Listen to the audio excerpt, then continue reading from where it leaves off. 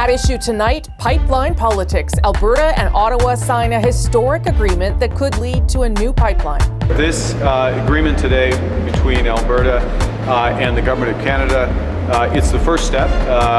It's an example of cooperative federalism. We're agreeing in partnership and in a spirit of trust. The government is rolling back environmental laws as the Alberta Premier now hopes a proponent emerges. No matter whether it's a nation or whether it's a province or whether it's a political party, there's just different opinions on things. But what this agreement shows is that we're going to work collaboratively. But the deal has already cost the Prime Minister one cabinet minister, with Stephen Guilbeault now resigning. So what's to be made of this new partnership between Ottawa and Alberta? Could the Prime Minister lose other MPs and allies? I'm Rosemary Barton, here to break it down tonight. Chantal Hébert, Andrew Coyne, Althea Raj, and Jason Markusoff joins us from Alberta for an Alberta perspective tonight. Nice to see you all. Chantal, I'll start with you. How big a deal is this agreement between Ottawa and Alberta? Well, it is a big deal. It's a complete repositioning of the federal Liberal Party on pipelines. It's also a partial but almost complete withdrawal from the climate policies of the Trudeau era. So on both counts, basically the agenda has been transformed. It also is an interesting notion of cooperative federalism, if I can say that in Quebec, that you would say you are vaunting cooperative federalism while keeping out of the loop the province that is most affected by the pipeline plan that is put forward.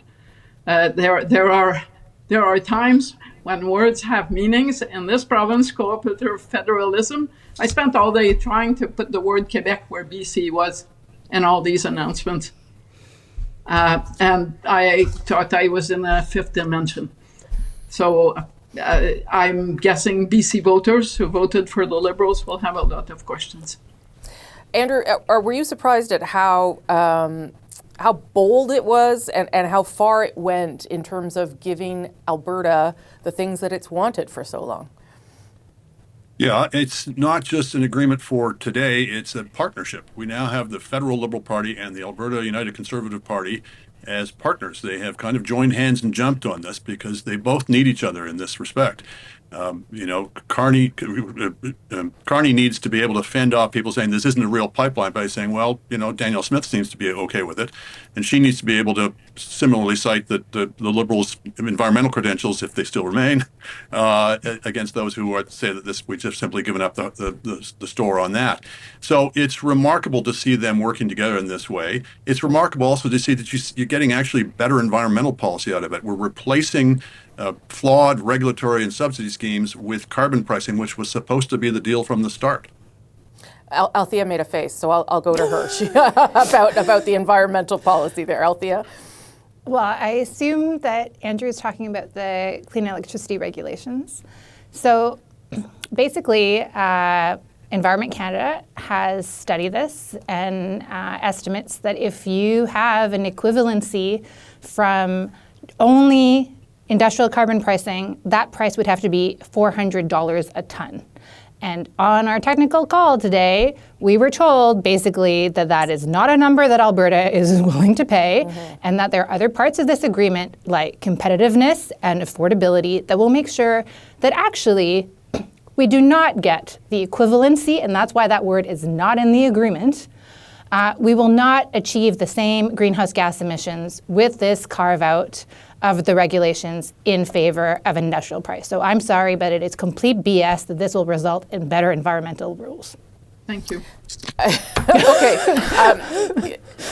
Good answer there, Althea. Jason, from your end, is it being viewed as a win for the Premier more than for the Prime Minister in Ottawa? I was in a room with Mark Carney and 1,200 Alberta business types at the Chamber of Commerce for his speech, and the mood in the room felt like it was a room that had a foot lifted off its chest. This seems like a business group, an oil sector ready to go now. Now they know that this pipeline, there's still a long roadmap to a pipeline through having to get some kind of buy-in from BC. The economics need to be there for a pipeline, and of course. buy-in from Indigenous groups and a co-ownership, as Mr. Carney says. But these groups are, they feel, especially with the ending of a lot of these rules, this layering of rules, a much more simple carbon tax to go through, that they can get there. Yes, Alberta is committing through this process to net zero by 2050, but I don't know if anybody seriously thinks that they have a roadmap to get there. There is the carbon capture project, which will be a big deal, and it does have the guarantees from both the federal government and the provincial government to get there, which will make, as Carney says, Alberta's oil lower carbon, but that's still going to be much more carbon to burn. I mean, Danielle Smith is talking about 1 million, maybe 2.4 million more barrels per day of production from some of these new projects that could come on stream, and that's on top of 4.2 million now. So we're talking a major eruption in oil production in Alberta. And the carbon and capture and storage project only happens if the pipeline happens, so he doesn't get it. And vice versa. Yeah, exactly.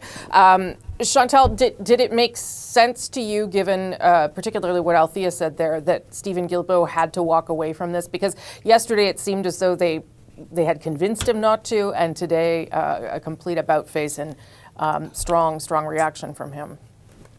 They actually had not convinced him to. It's the usual PMO spin that everything is going to be okay, which it was, to tell you the truth. I spent, by coincidence, a lot of time with about 300 people who work on transition to a net zero economy. And the word I heard all day, it was a very jarring experience, was betrayal.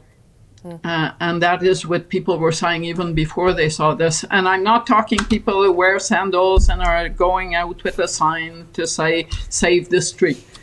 But the general feeling was that they couldn't understand how Mark Carney went from who they thought he was to this particular outcome. So I don't think Steven Guilbeault whose job would have been to try to explain the unexplainable to this crowd, and I don't think that he could have done it with a straight face. And by the way, for those who are claiming that this is a great day because he quit, Premier Smith, I'm talking to you, in this province, Mr. Guilbeault is being claimed as one of Quebec's own by all sides of the political spectrum, and there will be a bill to pay for the federal Liberals here as in BC for this. Yeah, and we will talk more about some of that in the next block. But Andrew, I'm just going to end on you, and Althea, you'll start in the next block. Is there a sort of environmental pragmatism to what the Prime Minister did here? I can at least get these things from Alberta if I agree to this. Yeah, well, we've got a proper industrial pricing regime that is going to escalate in price. That's a gain. Getting the carbon capture and storage, we'll see what the economics of that are, but that is certainly progress towards reducing emissions. And more broadly, the political gain is that he's basically forking the federal Conservatives. If you've now got the Alberta Conservatives on side with it, it's going to be very difficult for Pierre Poilievre, for example, to be saying, well, we should abolish the industrial carbon price. It's going to be very difficult for them to paint Mark Carney as an out-of-touch, aloof technocrat who's got no feeling for the economy. This is very major in terms of its positioning federally. Let me just quickly get Althea to weigh in on that piece, on what it does to the Conservative Party, and then we'll talk more after the break. I'm not convinced that half of the things that Alberta is loosely committed to will actually get done.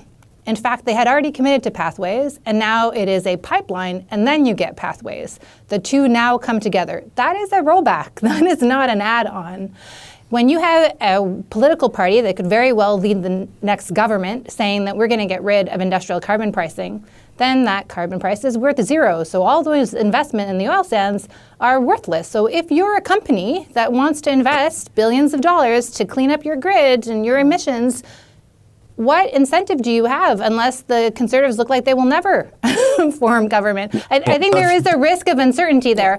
And, the pipeline, what is really surprising about this agreement is that even if the pipeline doesn't get built, Ottawa has conceded so much to Alberta. And that's like the rather really surprising thing. Yeah. Discussions that we were not having at all publicly. So it is a surprise, and the politics are going to be very interesting. Quickly, Andrew, then I'm going to take a break. There is reference in the agreement to financial mechanisms, which I imagine is a reference to contracts for difference that would lock in industrial carbon pricing and would make it very difficult for anybody to back out of it. Okay. We all think we know what's in it, but yeah. it's not the word. The words are not there. And frankly, the commitments, Alberta got far more direct commitments than Ottawa got. At issue, pipeline pushback. Mark Carney says his partnership with Alberta is important for Canada's climate goals. We are going to get to our greenhouse gas objectives, our climate objectives, only through massive investment. And so we need agreements like this. While the BC Premier says there is no company behind the project and no agreement from First Nations. We need to make sure that this project doesn't become an energy vampire, with all of the variables that have yet to be fulfilled. No proponent, no route, no money, no First Nation support. So what about the pushback of this pipeline? Let's bring everyone back. Chantal, Andrew, Althea, and Jason Markusoff. Jason, let's start with you. In terms of what Alberta might try and do now to convince Premier Eby, this makes sense, to convince coastal First Nations to get on board. Oh, good luck. First I'll say.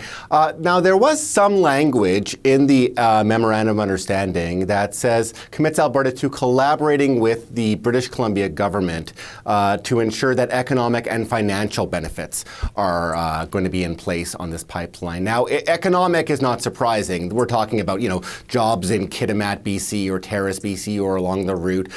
Financial is interesting. Are they talking about some kind of financial revenue sharing? Of course, this is a big lucrative thing for Alberta to get a pipeline, to get royalties. Is there some talk about sharing some of the upside of that? That'll be curious to see, and of course, will David Eby bite on that? We know that polls repeatedly have shown that there's a majority of BCers, a narrow majority, or at least a plurality, support a pipeline to the West Coast. But guess where that big minority is almost wholly located? That's within the NDP, BC NDP's voter base. So this is going to take a long time to turn them. The Trudeau government and the Alberta government never got John Horgan to turn on Trans Mountain, but they were able to power through differently. The other thing I'd point out is that it seems like a lot of these cases, it's the federal government is going to be working with BC on this. It's going to be this trilateral deal. So it's not just going to be on Alberta to win over the British Columbians. No, which was also surprising because a lot of people thought that was the play that Ottawa was going to make so that it could sort of wipe its hands of it. But that didn't happen either. Chantal. Okay, so let's talk about jobs. This is Northern Gateway, the project, a zombie that was resuscitated. Let's talk Kitimat at the tail end of the debate over the Northern Gateway pipeline. The town held a referendum to see if they wanted all those benefits, and the result was 60 against and 44. So you start from a not terribly enthusiastic base. Coastal First Nations, unlikely to change their minds on a moratorium that they've asked for decades and that they implemented informally for decades before it was official. This would be a great day for the Liberal Party of Canada if only it had gotten elected to a minority government last April with the support of Alberta. But at this point, the people who actually made this happen were one in Quebec, set aside Stephen Guilbeault, that everyone is partying about that he's leaving in this province, he matters. And then there's BC. And the NDP voters of BC who went to the Liberals thinking that they were not voting for the Conservative pipeline agenda. So put all of those together and maybe Mr. Carney will have a bit of a credibility issue telling BC that he really cares about the issues in that province and those voters. I believe this is the best day the NDP has had in more than a decade. So what? And I heard Peter Julian on French radio this morning, former NDP, I think deputy leader, and I could hear the step in his voice having this unexpected bonanza offered the party. So what does the Prime Minister do with that then, Althea, knowing that he has created today new enemies might be too strong a word, but people who aren't going to like him as much as they did yesterday. Well, he really hopes that the Bloc Québécois doesn't call for a recorded vote on the Budget Implementation Act next week. Because if so, there would be a lot of Conservatives hiding behind the curtains. Because I'm not sure you'd be able to get Elizabeth May to vote in favor of this budget or have the 2 NDP members abstain. I agree with Chantal. The politics really make very little sense. The Liberal government or Liberal Party under Mark Carney was not elected with this agenda.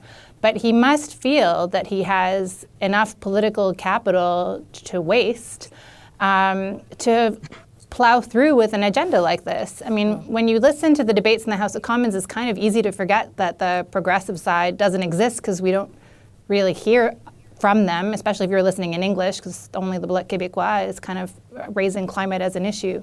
But those are the people that voted for the Liberals in the last campaign, so it is quite interesting.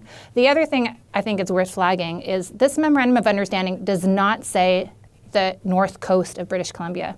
It just says to Asian markets. Yeah. So it doesn't have to go through Kitimat or Prince Rupert, as Danielle Smith has talked about. And when you talk to Alberta and they say that they want this pipeline approved in 2 years and shovels in the ground by 2029, really hard to see how you could do fulsome Indigenous consultations on the old Enbridge route. But could you go and do it through an expansion, a further expansion of TMX, build a pipeline along that route? Possibly. But we're not having that discussion, and instead the Liberals have said they're willing to forego the oil tanker ban and things that have an emotional connection to their own voters. But the Prime Minister was elected, Andrew, on a plan to make Canada economically stronger, more sovereign, less dependent on the U.S., all those things. Is that argument not compelling enough behind this idea? Well, we've listened here to all the downsides politically. It's possible the Prime Minister and the people around him are not complete idiots. And it's possible there's also upsides in terms of attracting seats in Western Canada and in Ontario. The upside from claiming the center ground in Canadian politics, claiming the center right ground, I don't think should be discounted. This is the kind of symbolic thing that can really change people's opinions of a government. The Liberals have not won a majority of the seats in Western Canada since 1949. It's possible there's some upside, some gains that can be made there. I was interested to note the remarks of the British Columbia Premier. There was a lot of no's. No backer, no route, et cetera. I didn't hear him saying no way, no how. One of the lessons of this agreement, which we were told was never going to happen, is that if you put enough pieces on the table, it becomes easier to make agreements than if you just have one or two things that you're haggling about. So it's possible that in this remarkable three-way negotiations that we're heading for, that there may be things that Alberta and the federal government can put on the table that can alter the arithmetic in BC, particularly as well already noted, a plurality, if not a majority of British Columbians are actually in favor of the pipeline. Very quickly, Chantal. I feel like I'm hearing a discussion on the Charlottetown Accord. Put a lot on the table and all will be good because everyone will find something to buy in on. Excuse me for being skeptical. I'm curious to see where it goes from there, but rarely as a government, Tom Ditz knows that the people who got it in government to the advantage of the people who did not.